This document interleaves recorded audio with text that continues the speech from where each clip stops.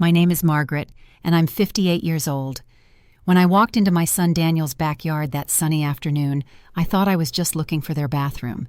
The house was beautiful, a 2-story colonial that my 32-year-old son and his wife Beverly had just bought in the suburbs. I was so proud of them. But as I approached the back door, I heard Beverly's voice drifting through the slightly open kitchen window. Her words hit me like a physical blow. "Why is she even still alive?" she said with such venom that I froze in place. My heart started pounding, but instead of running away, something deep inside me said, "Stay and listen."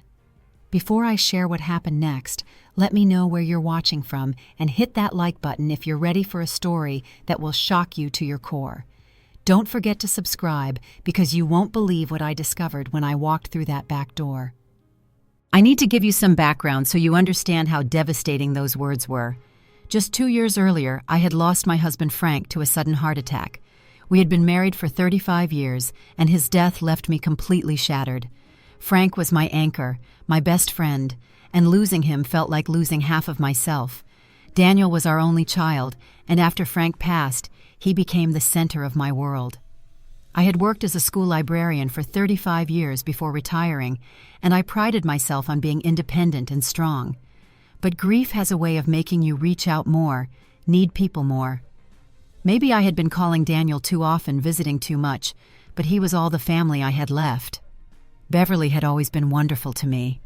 When she first started dating Daniel 8 years ago, she would call me Mom, and we would spend hours cooking together and going shopping. She seemed to genuinely care about me, and I felt blessed to have such a loving daughter-in-law. They had twin boys, Tommy and Jimmy, who were 7 years old now, and being their grandmother was one of my greatest joys. But over the past few months, I had noticed changes. Beverly seemed distant, less warm. She would answer my calls with short responses and rarely invited me over anymore. When I did visit, she was always checking her phone or finding excuses to leave the room. Daniel, too, seemed different. He avoided making eye contact, and our conversations felt forced, like he was going through the motions of being a good son. That's why I was so surprised when Daniel called last week and invited me to see their new house. "Mom, we want to reconnect as a family," he had said. "Beverly has been talking about how we need to spend more time together." I was thrilled. Maybe I had been imagining the distance between us. The house tour had gone well. Beverly showed me every room with what seemed like genuine enthusiasm. She pointed out the crown molding the hardwood floors, the granite countertops. Daniel smiled and nodded along, though I noticed he kept checking his watch. When I asked to use the bathroom, Beverly directed me to the powder room near the back of the house. That's when I decided to step outside first to see their beautiful garden. The September air was crisp, and the afternoon sun felt warm on my face. I was thinking about how proud Frank would have been of Daniel's success when I heard Beverly's voice through the kitchen window. The words that came next would change everything. I stood frozen by that window, my heart hammering in my chest. I knew I should walk away, but something kept my feet planted firmly on the ground. I had to know what she meant. I had to understand why my daughter-in-law was talking about my death. Beverly continued, her voice cold and calculating. "She's been nothing but a burden since Frank died. Always calling, always needing something. I can't take it anymore, Daniel." I heard my son's voice, quieter, more hesitant. "Beverly, she's still my mother." "Your mother?" Beverly's tone became sharp, angry. "She never treated me like real family. Remember last Christmas when she barely touched the turkey I spent hours preparing? She just sat there judging everything I did, making those little comments about how Frank would have carved the meat or how she would have seasoned the stuffing differently." My mind raced back to that Christmas dinner. I remembered being quiet, yes, but it was because I was still deep in grief. It was my first Christmas without Frank, and everything felt wrong, tasted wrong, looked wrong. I hadn't meant to seem critical of Beverly's cooking. I thought I had been polite, even complimentary. "She interferes with our marriage," Beverly went on, always asking Daniel to fix things at her house, always needing rides to doctor appointments, always having some crisis that requires his attention. "And the way she looks at me like I'm not good enough for her precious son." "That's not true," Daniel said, but his voice lacked conviction. Isn't it? When was the last time she asked about my job, my interests, my feelings? Everything is always about her grief, her loneliness, her needs. And now with the boys getting older, I don't want them seeing her as this pathetic, needy grandmother who can't function without constant help. I felt like I had been slapped. Tommy and Jimmy were my pride and joy. I loved spending time with them, reading them stories, taking them to the park. I thought they enjoyed our time together too. The idea that Beverly saw me as pathetic and needy in front of my grandchildren was almost unbearable. "I can't keep pretending anymore," Beverly said, her voice rising. "It's either her or me, Daniel. I won't keep living this way, walking on eggshells every time your mother calls or visits. Something has to change." My hands were shaking now. I gripped the windowsill to steady myself. I felt sick to my stomach, dizzy with the realization that the woman I had tried so hard to love and accept was talking about me with such hatred. But there was something in her tone, something darker than just frustration with an annoying mother-in-law. The way she had asked, "Why is she even still alive?" suggested something far more sinister than just wanting me out of their lives. I knew I should leave, should walk away, and pretend I had never heard this conversation. But I couldn't move. I needed to understand exactly what Beverly meant, exactly what she was planning. What I heard next made my blood run cold. The conversation inside had taken a turn that made my earlier concerns seem innocent. "Once she's gone, we'll have the house, the savings, everything," Beverly said matter-of-factly. "Tommy and Jimmy's college funds will be set. We could even afford that vacation home we've been talking about." My son's response chilled me even more than Beverly's words. "I don't know, Beverly. This feels wrong. She's healthy, could live another 20 years. They were talking about my death like it was a business transaction, like I was nothing more than an obstacle standing between them and my money. "I've been doing research," Beverly continued, and I could hear papers rustling. "Natural causes are the safest option. Your mother has high blood pressure, right? She takes medication for it every day." My hand instinctively went to my purse where I kept my blood pressure pills. How did Beverly know so much about my medication? I had mentioned my hypertension in passing during family dinners, but I never discussed the specifics of my treatment. "I've been reading about medication interactions, about what happens when someone takes too much of certain drugs," Beverly went on. "With her age and health conditions, no one would question it if she had a heart episode or stroke. Old people die from medical complications all the time." I felt the world spinning around me. My own daughter-in-law was researching ways to kill me. She was planning my murder and discussing it with my son like they were planning a weekend getaway. "What if someone suspects something?" Daniel asked, and for a moment I hoped he was having second thoughts. "Who would suspect anything?" Beverly responded dismissively. "She's old, she lives alone, she has health problems. When elderly people die, especially widows, people assume it's natural. The police don't investigate unless there's obvious foul play." "But what about the timing? If we do this too soon after she changes her will or something?" "That's why we need to be patient," Beverly said. "We let her keep visiting, keep being the loving family. Maybe in a few months when she's here for Thanksgiving or Christmas, when it seems natural that she might be stressed or overwhelmed by the holidays." I realized they had been thinking about this for a while. This wasn't a spontaneous conversation born out of frustration. They had been planning my death, calculating the best way to murder me and inherit my money. The house Frank and I had paid off over 30 years of marriage, the savings account we had built penny by penny for our retirement, the life insurance money I had received after his death, it was all just numbers on a spreadsheet to them. My life was worth nothing more than the financial benefit my death would provide. I thought about all the times over the past few months when Beverly had seemed interested in my finances. She had asked about my bank, about whether I had updated my will after Frank died, about my retirement accounts. I had thought she was being caring, making sure I was financially secure. Now I realized she was gathering information for her murderous plan. The nausea hit me in waves. I pressed my back against the side of the house, fighting the urge to vomit. The son I had raised, the boy I had loved unconditionally, was planning to kill me for money. The woman I had welcomed into our family, whom I had tried to love like my own daughter, saw me as nothing more than a profitable corpse. Instead of running away, something inside me shifted. Maybe it was the librarian in me trained to research and gather information, or maybe it was the mother in me refusing to let my son destroy his life with this terrible plan. But I knew I couldn't just walk away. I had to confront this situation head on. I pulled out my phone and started recording. My hands were still shaking, but I managed to capture their voices clearly through the open window. I needed evidence of what they were planning. I heard Beverly continue. The key is to make sure we're not around when it happens. Maybe we take the boys on a weekend trip, establish an alibi. When we come back and find her, we'll be devastated, grieving family members. What about the boys? Daniel asked. How do we explain to them that Grandma is gone? They're young, they'll get over it, Beverly said coldly. Kids are resilient. We'll tell them she went to be with Grandpa in heaven just like we planned. The casual way she dismissed my grandchildren's feelings, the way she had already planned, their emotional manipulation made my anger override my fear. Tommy and Jimmy loved me. They would be devastated by my death, and Beverly was already plotting to use their grief for her own purposes.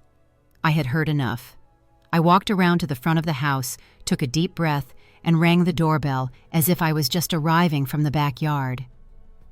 I hope you don't mind I used your bathroom and took a little walk around your beautiful garden, I said when Daniel opened the door. I watched his face carefully, looking for signs of guilt or panic. He looked startled, almost afraid. Oh, Mom, of course. Did you enjoy the garden? Beverly appeared behind him, her face a mask of forced cheerfulness. Margaret, I was just telling Daniel we should have some coffee and cake. Would you like that? I studied her face, this woman who had just been planning my murder. She looked completely normal, even friendly. If I hadn't heard the conversation myself, I would never have suspected anything. That sounds lovely, I said, walking into their living room. I was just thinking how proud Frank would be of this beautiful home you've built together. I watched them both carefully as I spoke. Daniel avoided eye contact, busying himself with adjusting pillows on the couch. Beverly's smile seemed too bright, too forced. We've been talking about the future a lot lately, I continued, settling into their expensive leather chair. About college funds for the boys, about retirement planning, about making sure everyone in the family is taken care of. Beverly's eyes sharpened with interest. Oh, have you been thinking about updating your will or anything like that? There it was. Even now, even after I had caught them planning my death, she couldn't resist probing for more information about my finances. I've been considering it, I said carefully. My lawyer Patricia has been advising me about different options. Did you know there are ways to structure inheritances to minimize taxes? Very interesting stuff. I pulled out my phone, pretending to check messages, while actually stopping the recording I had been making. I now had over 10 minutes of audio of their murderous conspiracy. I should probably head home soon, I said, standing up. But this has been such a lovely visit. I feel closer to you both than I have in months. As I gathered my purse and jacket, I caught Beverly and Daniel exchanging a look. They thought they had fooled me completely. They had no idea that I now knew exactly what they were planning. Let's do this more often, Beverly said, hugging me goodbye. Family is so important, especially as we all get older. The irony of her words, spoken by someone who had just been planning my murder, was almost overwhelming, but I hugged her back and smiled. Yes, I said, family is everything, and I intend to be around for a very long time. The drive home gave me time to think clearly for the first time since I had heard those terrible words. My hands were still shaking as I gripped the steering wheel, but my mind was becoming sharper, more focused. I went straight to my home office and called Patricia, my longtime friend and family attorney. Patricia had handled Frank's estate after his death, and I trusted her completely. Patricia, I need to see you immediately, I said. It's about Daniel and Beverly, and it's urgent. Margaret, you sound upset. Is everything all right? No, it's not. I have something I need to play for you, and then I need your advice about what to do next. An hour later, I was sitting in Patricia's office playing the recording I had made. I watched her face change as she listened to Beverly and Daniel discussing my murder with such casual calculation. My God, Margaret, she said when the recording ended. This is a conspiracy to commit murder. We need to call the police immediately. But will they believe me? It's just voices on a recording. What if Daniel and Beverly deny it was them? Patricia was already reaching for her phone. I know a detective, Robert Chen, who specializes in elder abuse cases. This isn't just about money, Margaret. This is about your life. We can't take any chances. Over the next several hours, I found myself giving a statement to Detective Chen, a serious man in his 40s, who listened to my story with growing concern. Mrs. Margaret, what you've uncovered is extremely serious, he said. But you're right that we need more evidence before we can make arrests. The recording is good, but we need to catch them in the act of actually attempting to harm you. What do you mean? We need to set up a controlled situation where they reveal their plan again, or better yet, where they actually attempt to carry it out while we're watching. The idea terrified me, but I knew it was the only way to protect myself and make sure they faced justice for what they were planning. I have an idea, I said. What if I invite them over for dinner? I could make it seem like I'm feeling unwell, maybe mention that I've been having problems with my medication. If they're really planning to use my blood pressure pills to kill me, they might see it as the perfect opportunity. Detective Chen nodded. We can wire your house, have officers nearby. But Mrs. Margaret, I want you to understand the risks. If something goes wrong... If I don't do this, they'll just wait and try again later, I said. At least this way I have some control over the situation. I spent the next week preparing. Patricia helped me update my will, making sure that if something did happen to me, Daniel and Beverly would receive nothing. I also arranged for my neighbor Ellen to be a witness to everything that happened. Ellen was a retired nurse in her 60s who lived next door. When I told her what I had discovered, she was horrified. I always thought Beverly seemed a little too interested in your business, Ellen said, but I never imagined anything like this. Would you be willing to help? I need someone I trust nearby when I confront them. Of course, dear. Frank would never forgive me if I let anything happen to you. Finally, I made the call to Daniel. Hi, sweetheart, I said, forcing my voice to sound weak and tired. I was wondering if you and Beverly would like to come over for dinner this Sunday. I haven't been feeling very well lately and I could use some family time. Are you okay, Mom? What's wrong? Oh, just some issues with my blood pressure medication. My doctor is adjusting the dosage, but it's been making me feel dizzy and confused. I've actually been taking the wrong amount a few times this week. I could practically hear Beverly's ears perk up in the background. We'll be right over, Daniel said quickly. Do you need us to bring anything? No, just yourselves. And maybe Beverly could stay the night. I've been feeling so anxious about being alone with these medication issues. It was the perfect bait. I was offering them exactly the opportunity they had been waiting for. Sunday arrived, gray and rainy, matching my mood perfectly. I had barely slept the night before going over the plan with Detective Chen and Patricia one more time. The house was wired with cameras and microphones, and police officers were stationed in unmarked cars on my street. I spent the morning cooking Daniel's favorite meal pot roast with mashed potatoes and green beans, the same meal I had made for his birthday every year since he was a child. The irony wasn't lost on me that I was preparing what might be my last dinner for the son who was planning to kill me. Beverly and Daniel arrived at 4 o'clock, and I greeted them with the biggest smile I could manage. Oh, you both look wonderful, I said, hugging them both. I'm so glad you're here. I've been feeling so alone and confused lately. Mom, you mentioned having trouble with your medication, Daniel asked, and I could see the concern in his eyes. For a moment I wondered if there was still some part of my real son left in there, some part that actually cared about my well-being. Yes, it's been terrible, I said, leading them into the kitchen. My doctor increased my blood pressure medication, but I keep forgetting whether I've taken it or not. Yesterday I think I took it twice by accident.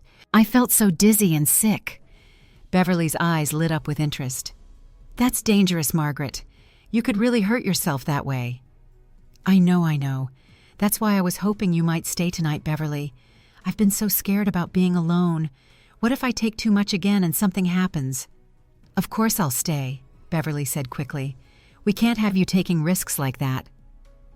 During dinner, I continued to act confused and worried about my medication. I mentioned several times that I couldn't remember if I had taken my pills that morning and that I was worried about taking them again. Maybe I should just skip them tonight to be safe, I said.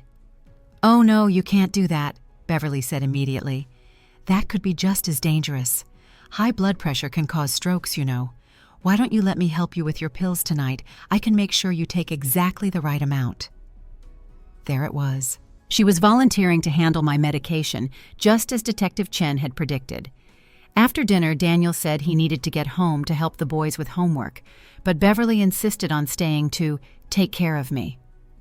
"I'll make sure Mom takes her medication properly," she told Daniel as he prepared to leave. "You don't need to worry about anything." As soon as Daniel left, Beverly became even more attentive. "Now let me see those pills," she said. "I want to make sure you're taking them correctly." I led her to my bathroom where I kept my medication.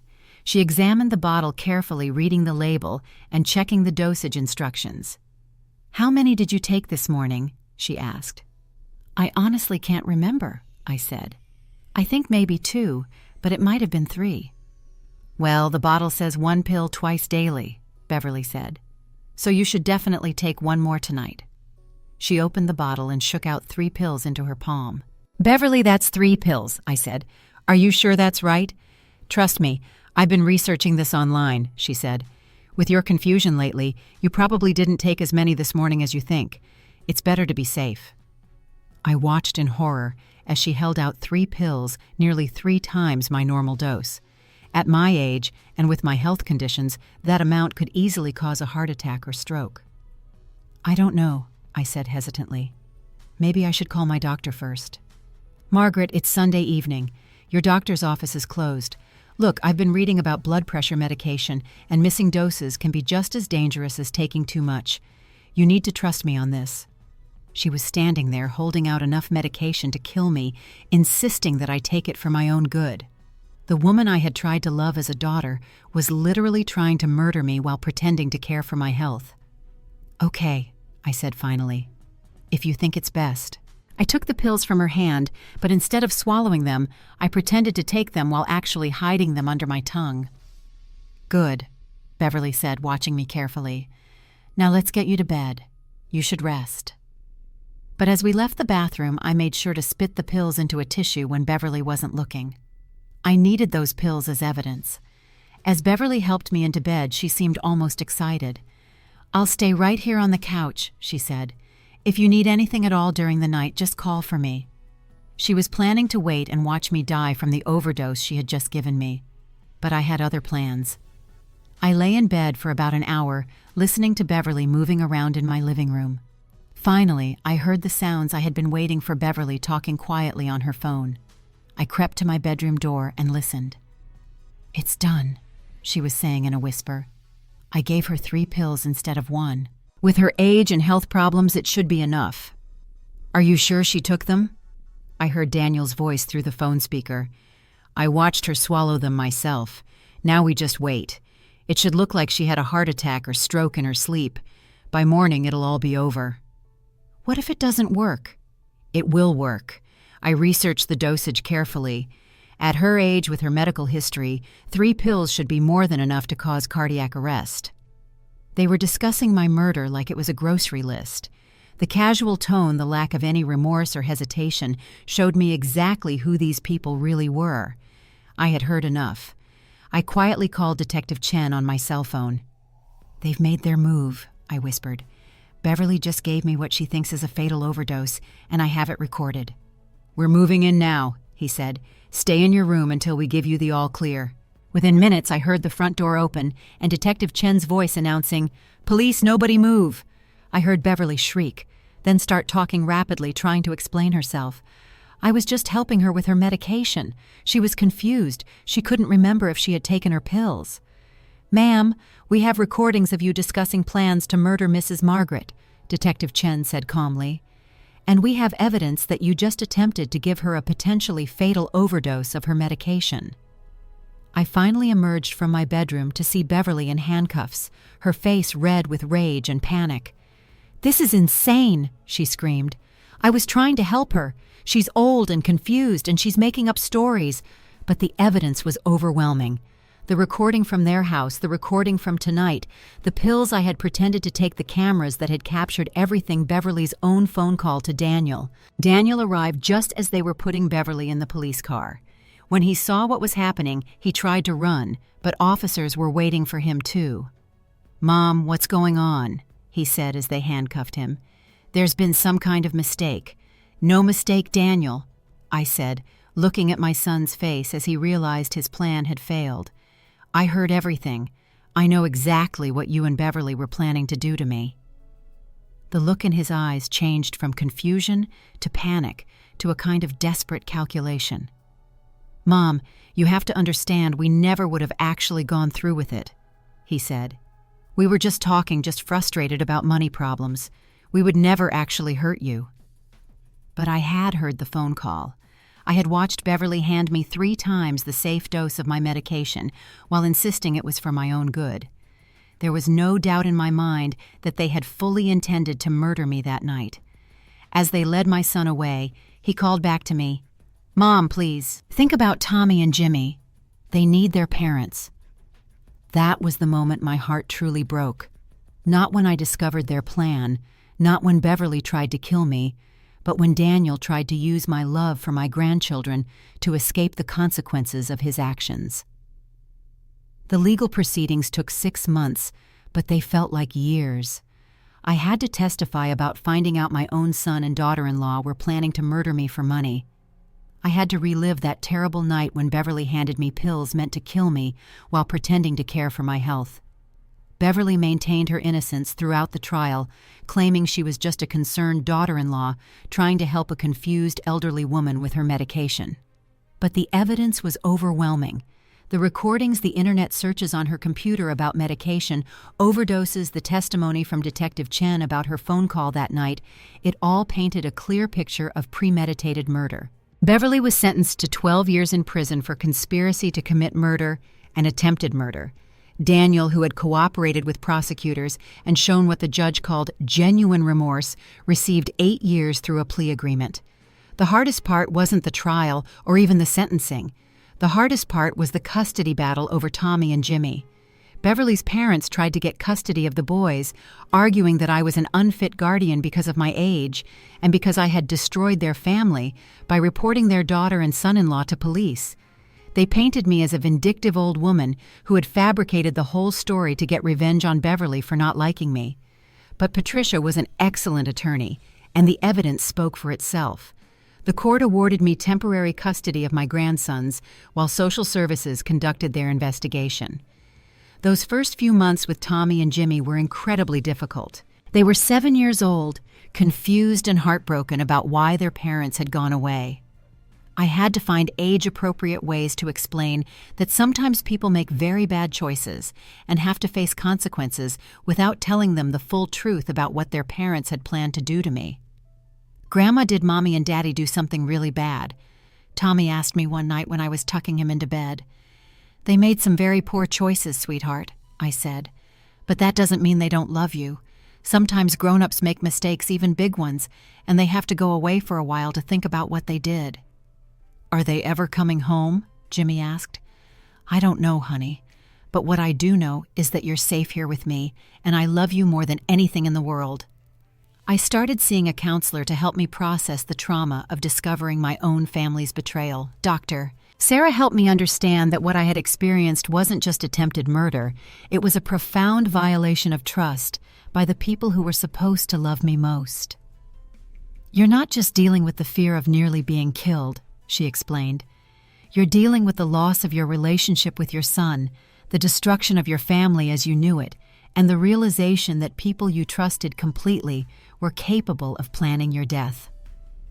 The grief was unlike anything I had experienced, even worse than losing Frank. When Frank died, I mourned the loss of our future together, but I still had all our beautiful memories. With Daniel and Beverly, I found myself questioning everything. Had Daniel ever really loved me, or had he just been waiting for me to die so he could inherit my money? Had Beverly ever cared about me at all, or had she been calculating my worth from the beginning? But slowly, with Dr. Sarah's help and the support of friends like Patricia and Ellen, I began to heal. I also began to rebuild my life in ways I never expected. Ellen and I became incredibly close friends. She helped me care for Tommy and Jimmy, and her nursing background was invaluable when one of the boys got sick or injured.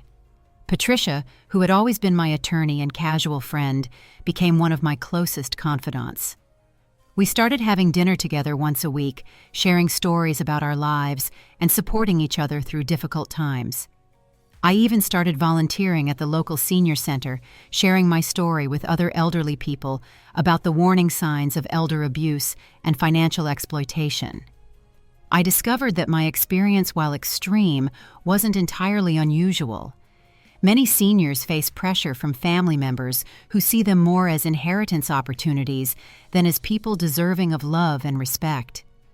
Most surprisingly, I met Harold at the book club I joined at the library. Harold was a 70-year-old widower whose wife had died 3 years earlier from cancer. Unlike my whirlwind romance with Frank when we were young, my relationship with Harold developed slowly and carefully. "I'm not looking to replace anyone," he told me early in our friendship. "I just think life is better when you have someone to share it with." Harold understood my caution about trusting people with my finances and my safety. He had his own resources and had no interest in my money. What he offered was companionship conversation and the kind of steady support that I had been missing since Frank died. After a year of friendship and a careful courtship, Harold and I decided to move in together. Not marriage, just companionship. Tommy and Jimmy adored him especially because he taught them how to fish and helped them with their math homework. The custody case was finally resolved in my favor after 18 months. Tommy and Jimmy would remain with me as their legal guardian, with the possibility of supervised visits with their parents once they were released from prison. I had mixed feelings about this. Part of me wanted to protect the boys from any contact with Daniel and Beverly, but I also knew they would need to make their own decisions about their relationships with their parents as they got older. Now, 2 years after that terrible day, when I overheard Beverly asking why I was still alive, I can honestly say my life is richer and more fulfilling than it has been in years. Tommy and Jimmy are now 9 years old, thriving in school and growing into thoughtful, kind young men. They still ask questions about their parents sometimes, but they've adapted to their life with me and Harold remarkably well. "Grandma, are you glad Mommy and Daddy did bad things?" Jimmy asked me recently a question that caught me completely off guard. "I'm not glad they did bad things, sweetheart," I said carefully. "I'm sad that they made such terrible choices, but I am grateful that we found out about their plans before anyone got hurt, and I'm grateful that you boys are safe and loved." "I'm glad we live with you now," Tommy said. "You make better pancakes than Mommy did anyway." Those simple words from my grandson meant more to me than any legal victory or sentence could have. My relationship with Harold has continued to deepen. He's patient with my lingering trust issues and understands why I sometimes wake up in the middle of the night remembering Beverly's voice asking why I was still alive. He holds my hand during the difficult moments and celebrates with me during the good ones. We've taken the boys on camping trips and to baseball games. Harold taught them how to change a tire and how to treat women with respect. He's become the positive male role model they needed after losing their father to his own terrible choices. I've continued my work at the senior center, and I've spoken at community groups about elder abuse prevention. My story has helped several other seniors recognize warning signs in their own families and seek help before it was too late. One woman, Rose, told me that my presentation helped her realize her grandson was stealing from her checking account and pressuring her to change her will. Another man, George, recognized that his daughter-in-law's sudden interest in his finances was actually an attempt to gain access to his assets. "You gave me the courage to say no," Rose told me. "I thought I had to keep giving money to my grandson because he was family, but you showed me that family members can be predators too." Patricia and I started a small foundation to help seniors get legal advice about protecting themselves from financial abuse. We provide free consultations and help elderly people understand their options when family members are pressuring them about money or property. Ellen remains my neighbor and one of my dearest friends. She's been like a grandmother to Tommy and Jimmy, and the four of us, along with Harold, have become our own chosen family. I've learned that blood doesn't guarantee loyalty, but actions reveal character. The people who have stood by me, supported me, and loved me without wanting anything in return have become my real family. I still own the house Frank and I shared for 35 years, but it feels different now. I've redecorated, updated the security system, and filled it with new memories. The boys have their own rooms decorated with their artwork and sports trophies. Harold has his workshop in the garage where he builds birdhouses and teaches the boys how to use tools safely. Last month, I received a letter from Daniel in prison. It was the first communication I had received from him since his sentencing. "Mom," he wrote, "I know you probably don't want to hear from me, but I need you to know how sorry I am. I was weak, and I let Beverly convince me that money was more important than your life. I think about what we planned to do to you every day, and I am ashamed of the person I became. I don't expect you to forgive me, but I want you to know that I'm getting counseling in prison, and I'm trying to understand how I could have even considered hurting you. Please tell Tommy and Jimmy that I love them, and that I hope someday I can earn the right to be their father again." I read the letter several times before deciding what to do with it. Finally, I showed it to Dr. Sarah during one of our sessions. "How do you feel about it?" she asked. "Confused," I admitted. Part of me wants to believe he's genuinely sorry, but part of me remembers how easily he went along with Beverly's plan to kill me. "How do I know this isn't just another manipulation?" "You don't have to decide right now," Dr. Sarah said. "Forgiveness isn't about them, it's about you. And forgiveness doesn't mean you have to trust them again or let them back into your life." I haven't responded to Daniel's letter yet. Maybe someday I will, but right now I'm focused on the life I've built, the family I've chosen, and the future I'm creating. Tommy and Jimmy will spend their summers with me for the foreseeable future. They're signed up for baseball camp and swimming lessons. Harold is teaching them how to garden, and they're excited about planting tomatoes and sunflowers in our backyard. As for Beverly, I've heard nothing from her. According to Patricia, she's still maintaining her innocence and blaming me for destroying her family. I don't expect an apology from her, and I don't need one. I've found peace without her acknowledgement of what she tried to do to me. I think about Frank often, especially when I'm making decisions about the boys or about my relationship with Harold. I believe Frank would be proud of how I handled the situation with Daniel and Beverly. He always said I was stronger than I realized, and I think he would be amazed at the life I've built for myself and the boys. My morning routine now includes meditation in the garden. Harold and I planted together, reading with a cup of coffee, and usually some kind of adventure with Tommy and Jimmy. They might want to explore the woods behind our house, or work on a science project, or just tell me about their dreams for the future. "Grandma, when I grow up, I want to be like you," Jimmy told me last week. "What do you mean, sweetheart? Brave and smart and good at taking care of people." Those words filled my heart in a way that no amount of money ever could. I've also been working on a book about my experience with the help of a writer from the local newspaper. We want to share my story more widely to help other seniors recognize the warning signs of family members who might be planning to harm them for financial gain. The working title is "Why Is She Still Alive?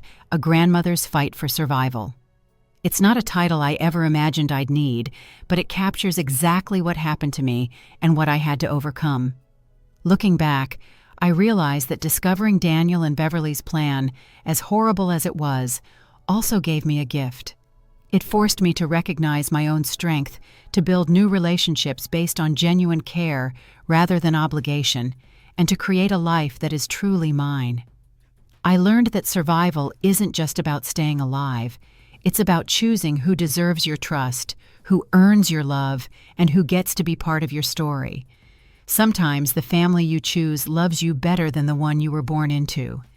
At 60 years old, I'm not the same woman who walked into my son's backyard that day and heard those terrible words. I'm stronger, wiser, more cautious, but also more open to love and friendship than I ever expected to be. And every morning when I wake up in my own bed in my own house, surrounded by people who genuinely care about my well-being, I'm grateful to still be alive. Have you ever had someone in your family make you question their true intentions? I'd love to hear your thoughts in the comments below. If my story helped you recognize any warning signs in your own life, please share this video to help others stay safe. Don't forget to like this video if it opened your eyes to the reality of elder abuse, and subscribe for more true stories about overcoming family betrayal. Share this with anyone who might need to hear that they deserve to be surrounded by people who value their life, not their assets. Thank you for listening to my story, and remember, you are stronger than you know, and you deserve to be loved for who you are, not what you have. Stay safe, stay strong, and never be afraid to protect yourself from people who wish you harm, even if they're family.